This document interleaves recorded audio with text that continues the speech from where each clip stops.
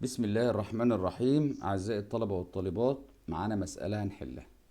تعالوا كده نقرأ المسألة مع بعض. بيقول في الشكل المقابل موصل طوله يبقى ده ال طوله كام بقى؟ 3.14 متر، ومقطعه على شكل نصف دائرة قطرها، طبعا أنا ما بشتغلش بالقطر، هو قطرها 2 مليمتر، يبقى نصف قطرها بيساوي 1 مليمتر. طيب 1 مليمتر لازم يتحول للمتر، يبقى اضرب في 10 أس سالب 3، كده يبقى انا معايا نصف قطرة.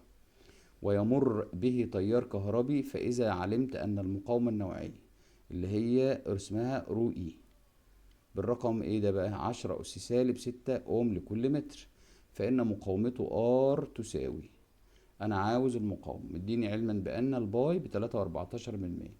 تعالوا نشوف المسألة دي تتحل ازاي. انا عاوز ار، فانا ار بتساوي رو اي في ال على ايه اللي هي باي ار تربيع، اللي هي باي ار تربيع. بس خد بالك انا كتبت القانون اهو. تعالى بقى نبص للمسألة.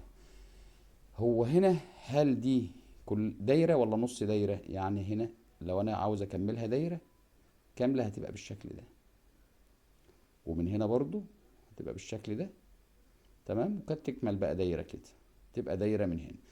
القانون بتاعي اللي هو فيه الايه، لما كانت الدايرة كاملة كنت باخد ايه كاملة. طب هو دلوقتي في نص ايه بس، نص مساحة، يعني انا لما اشيل ده بقى، ده مش مساحة كاملة.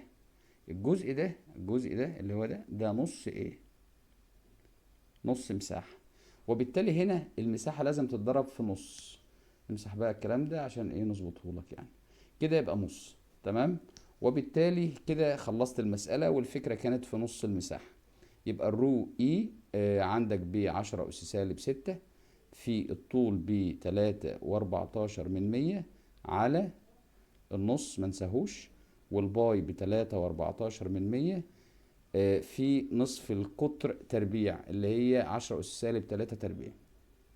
10 أس سالب 3 تربيع ب10 أس سالب 6 أصلا، فده هيروح مع ده وده هيروح مع ده، يتبقى لك فوق ما عادش حاجة، 1 على نص يديك 2 أوم.